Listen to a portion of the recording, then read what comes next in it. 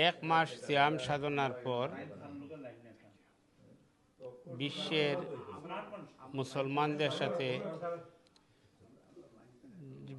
মুসলমানদের সাথে যুক্তরাজ্য প্রবাসী বাঙালি মুসলমানরাও ঈদ উদযাপন করতেছে ইস্ট লন্ডনের ব্রিকলেন জামে মসজিদে। আজকে আমরা নামাজ আদায় করলাম।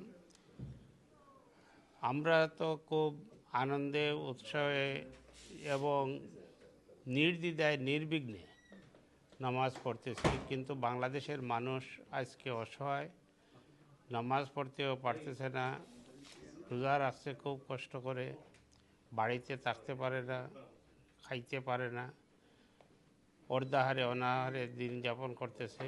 তাই আমি আল্লাহ রাব্বুল আলামিনের কাছে প্রার্থনা করি, জননেত্রী শেখ হাসিনাকে নিয়ে যাতে আমরা বাংলাদেশে যেতে পারি এবং বাংলাদেশকে আবার সুখী সমৃদ্ধশালী বাংলাদেশ হিসাবে গড়ে তোলার লক্ষ্যে আমরা সবাই জননেত্রী শেখ হাসিনার নেতৃত্বে ঐক্যবদ্ধভাবে কাজ করব।